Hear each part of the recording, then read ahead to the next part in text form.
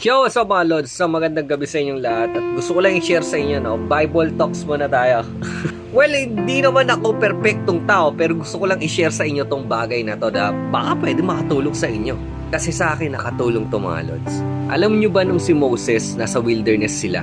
Habang sinusulat niya yung Biblia, kinatagpo siya ng Panginoon doon sa wilderness. At alam nyo ba, nung habang sinusulat ni John the Beloved, nung nasa Patmos Island siya, yung Book of Revelation, nandun siya sa wilderness ng Patmos Island.